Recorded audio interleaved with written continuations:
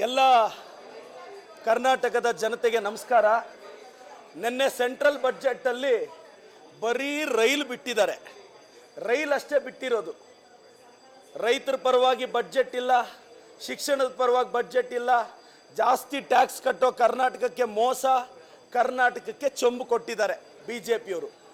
ನಾಲಾಯಕ್ B J P ಸಂಸದರು ಅವ್ರಿಗೆ ಮಾನ ಮರ್ಯಾದೆ ಯೋಗ್ಯತೆ ಏನಾದರೂ ಇದ್ದರೆ, ಕರ್ನಾಟಕದ ಜನ ಋಣ ತೀರಿಸಬೇಕು ಅಂತ ಅವ್ರಿಗೇನಾದರೂ ಅನಿಸಿದ್ರೆ ಸೆಂಟ್ರಲ್ ಗೌರ್ಮೆಂಟ್ನ ಮೋದಿ ಅವ್ರನ್ನ ಅವ್ರು ಪ್ರಶ್ನೆ ಮಾಡಬೇಕು.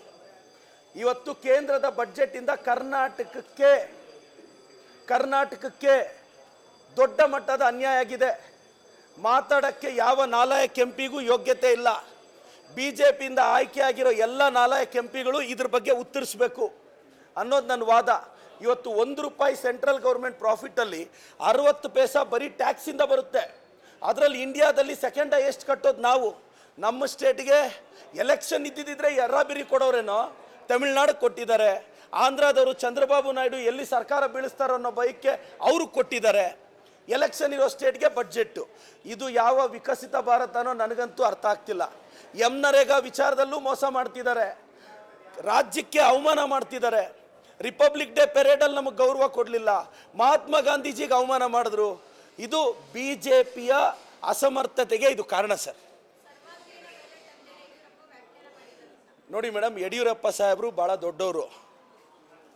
ಅವರು ಬಗ್ಗೆ ನಾನು ಮಾತಾಡೋಷ್ಟು ದೊಡ್ಡವನಲ್ಲ. ಆದರೆ ಯಡಿಯೂರಪ್ಪ ಸಾಹೇಬರು ಸರ್ವಾಂಗಿಣಿ ಬಡ್ಜೆಟ್ ಅಂತ ಹೆಂಗೆ ಹೇಳಿದ್ದಾರೆ ಅಂದರೆ, ಮೋಸ್ಟ್ಲಿ ಅವ್ರು PS ಸ್ಕ್ರಿಪ್ಟ್ ಬರ್ಕೊಟ್ಟಿರ್ತಾರೆ. ನಾನು ಯಡಿಯೂರಪ್ಪ ಸಾಹೇಬರು ಬಡ್ಜೆಟ್ ಹೋದ್ಮೇಲೆ ಸರ್ವಾಂಗಿಣಿ ಬಡ್ಜೆಟ್ ಅಂತ ಹೇಳಿದ್ರೆ ಒಳ್ಳೇದು ಅಂತ ಯಡಿಯೂರಪ್ಪ ಸಾಹೇಬರಿಗೆ ವಿನಂತಿಸ್ತೀನಿ. ನಿಮ್ಮ PSಗಳು ಓದಿರಲ್ಲ ಸರ್ ಮೇಡಮ್, ಅವ್ರು ಮೊನ್ನೆನೇ ಬರೆದುಬಿಟ್ಟಿರ್ತಾರೆ ಏನು ಹೇಳಬೇಕು ಅಂತ. ನಿನ್ನೆ ಬಡ್ಜೆಟ್ ಮುಗಿಲಿ ಅಂತ ವೆಯ್ಟ್ ಮಾಡ್ತಿರ್ತಾರೆ.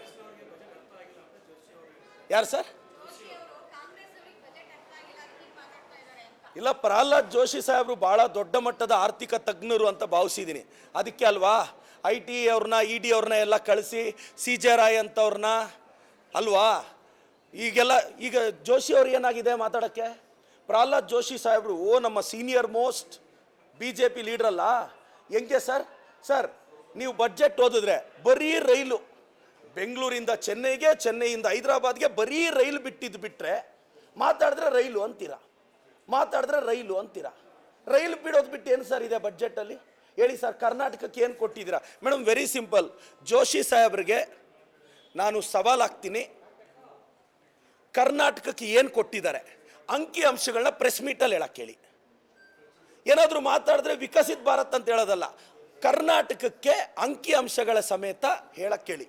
ಪ್ರಹ್ಲಾದ್ ಜೋಶಿ ಸಾಹೇಬರು ಸುಮ್ಮನೆ ಸರ್ಕಾರನ ಡಿಫೆಂಡ್ ಮಾಡ್ಕೊತಾ ಇದ್ದಾರೆ ಸರ್.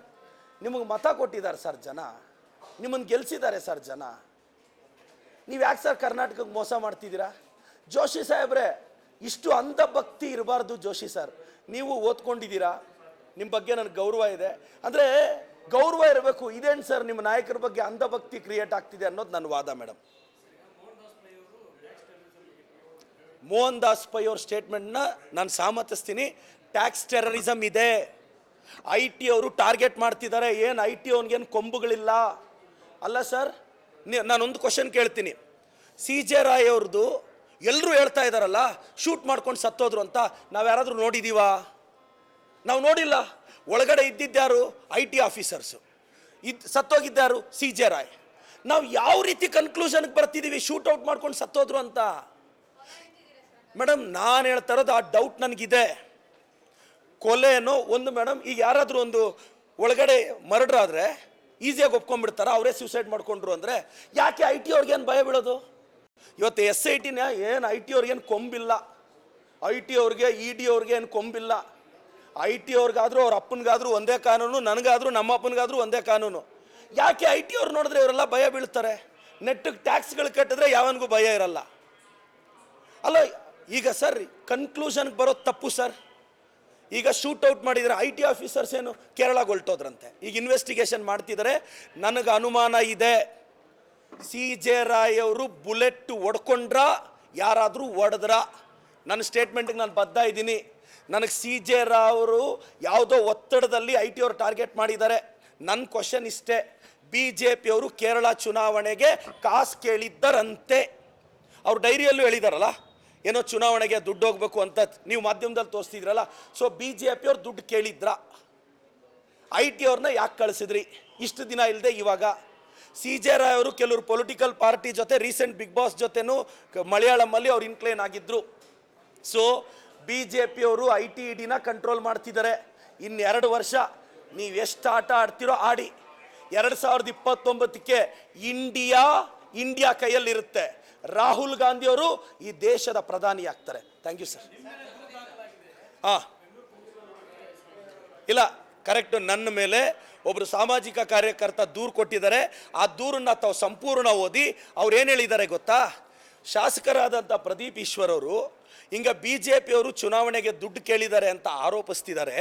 ಸೊ ಈ ಹೇಳಿಕೆಯನ್ನು ಆಧರಿಸಿ ತನಿಖೆ ಮಾಡಿ ಇಂಥದ್ದು ನಿಜವೇ ಆಗಿದ್ದರೆ IT ವಿರುದ್ಧ ಅಂದರೆ ಇನ್ಕಮ್ ಟ್ಯಾಕ್ಸ್ ವಿರುದ್ಧ ಕೇಸ್ ದಾಖಲಿಸಿ, BJP ಆ ಸಂಘಟನೆ ವಿರುದ್ಧ ಕೂಡ ಕೇಸ್ ದಾಖಲಿಸಿ ಈ ಹೇಳಿಕೆ ಅವ್ರು ಯಾವ ಥರ ಹೇಳಿದ್ರು ಅಂತ ನಾನು ರಾಜ್ಯದ ಜನತೆಗೆ ಹೇಳ್ತೀನಿ.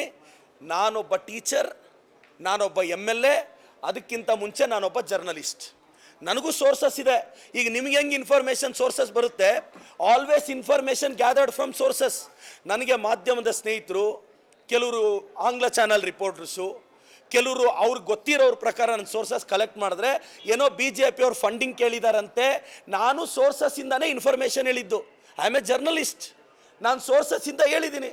ಅವರು ಸಾಮಾಜಿಕ ಕಾರ್ಯಕರ್ತರು ಕೊಟ್ಟಿರೋ ಕಂಪ್ಲೇಂಟ್ ಬಗ್ಗೆ ನನಗೆ ಗೌರವ ಇದೆ. ಎಸ್, ಆ ನಿಟ್ಟಿನಲ್ಲಿ ತನಿಖೆ ಆಗಬೇಕು. ನಾನು ರೆಡಿ. BJP ಅವರೇ CJ ರಾಯ್ ಅವ್ರನ್ನ ಕೊಂದಿರೋದು IT ಬಿಟ್ಟು ಅನ್ನೋದು ನನ್ನ ಅಭಿಪ್ರಾಯ.